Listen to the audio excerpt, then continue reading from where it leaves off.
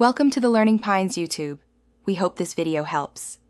You'll start by confirming versions so the driver matches the browser. Mismatches cause failures. Once done, open Eclipse and check your project's JRE. Next, find Chrome's exact version in About Google Chrome so you download the corresponding Chromedriver. Make sure you pick the correct OS architecture.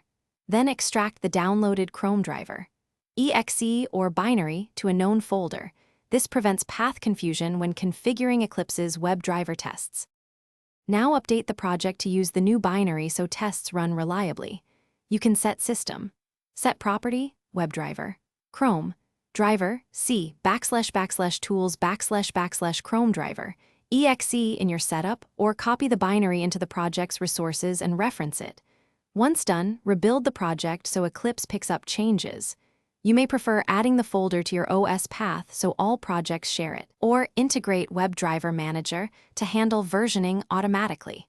Both approaches reduce manual updates moving forward. Finally, verify the update by running a simple test that opens Chrome and navigates to a page.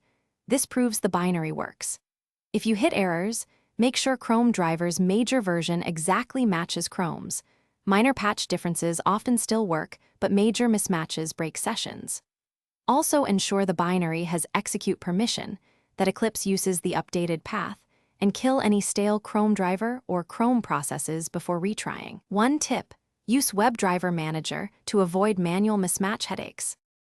Thanks for watching. Consider subscribing if we helped you.